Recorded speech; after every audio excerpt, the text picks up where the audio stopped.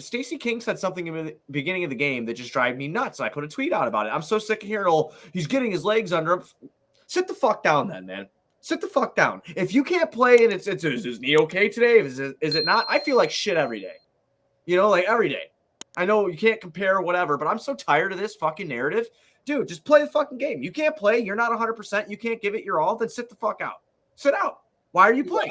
At this point of the season, I don't want to hear about it anymore because we don't have the back-to-back situation going on. Zach is playing. He's not being listed as questionable before games anymore. He's getting extended rest before these last 2 games, and you're seeing the explosiveness. You're seeing what he's capable of doing, but for a team that's so poor at shooting the ball, for Zach to go, I think he started the game 2 for 8 from 3, and then he ends up putting a couple in the fourth to make that percentage look a little better. But when the game was competitive and you needed it, you weren't getting it.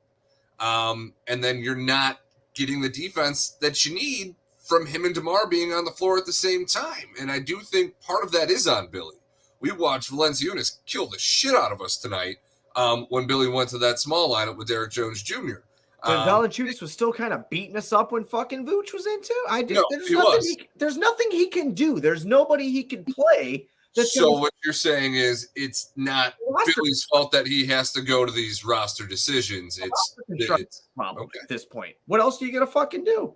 You got 2 big guys that can't. You do have Tony Bradley. And Tony Bradley hit a 3, and I'm telling you something right now. Tony Bradley hit a 3, and Tony Bradley's at least. He's at least a bigger body. I don't know. I feel like when a team's taking advantage of a mismatch, and it's their big man, I don't know that the answer is going small to a guy in Derek Jones who has had success in this role, and we've praised him for what he can do in this kind of stretch 5, but he's not a stretch 5. That's the thing. It's like he can hit a couple corner threes. Right. There is no big man that's honoring his 3-point shooting ability at the top of the key. No, that's not attracting any gravity. That's killing your offense, and it kind of defeats the purpose of small ball.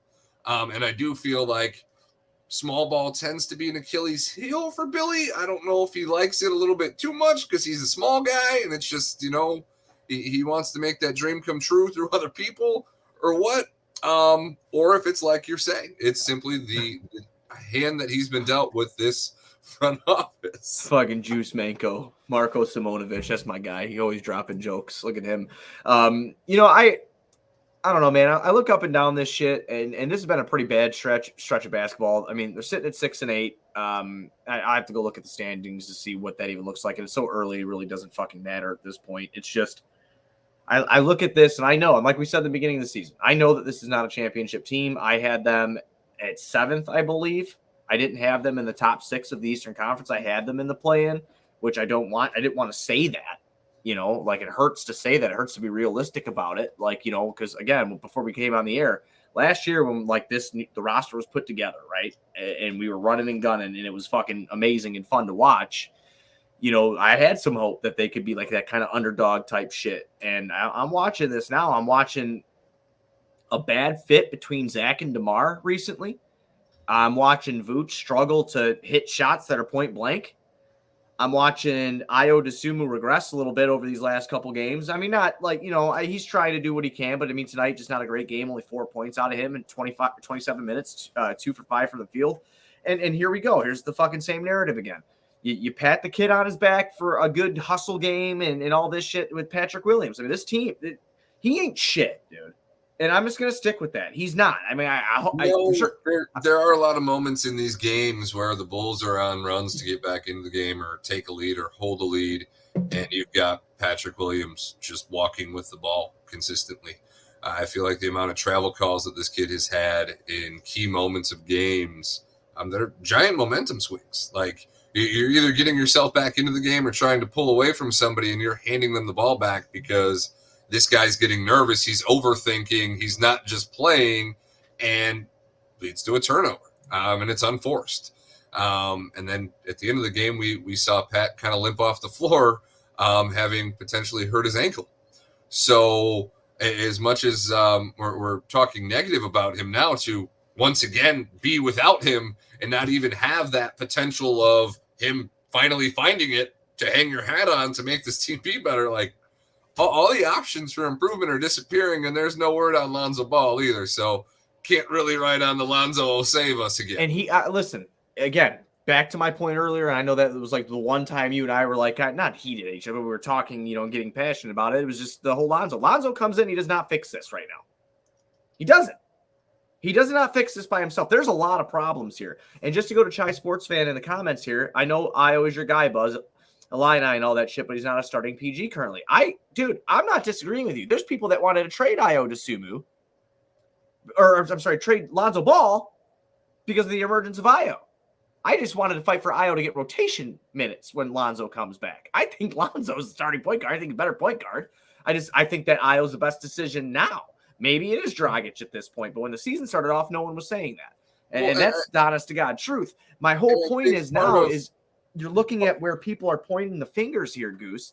And we just had our buddy Joe Colley. Here's Joe Colley. He's got to poke the fucking bear, but he goes, all you basement bloggers who are saying that Zach has to be maxed, and again, that's way too premature. Who got quiet? All the basement bloggers who demanded that Zach LaVine was a no-brainer to max.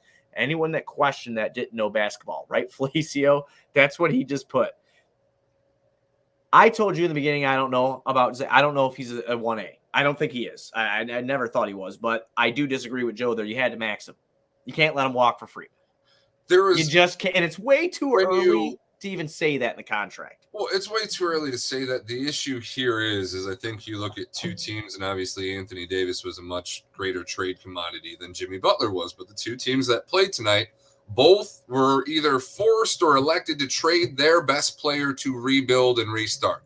Granted, Pelicans did hit a number 1 draft pick in Zion, which changes everything. But even before that, they had Lonzo Ball. They had Brandon Ingram. Who in these 2 games has been the main cog for that team. CJ McCollum showed up tonight. But you had the Pelicans who stayed on more of the rebuild, stay young, find young stars path at a CJ McCollum with other young aspiring talent. And you see the well-oiled machine that this team is. I believe when we first played them, they were leading the league in assists. This go-round, they're still moving the ball really well. And they're doing it without a legitimate starting point guard. They lost Lonzo Ball to us. So you kind of see the different direction. You had a team go young, find young stars, stay young, and build around that. Is where you have Zach left over. You got Pat, who hasn't really turned into anything, and you threw a whole bunch of win now pieces where the window is closing. And it really does make you feel during these lulls of basketball like, what the hell do you do? Do you blow it up?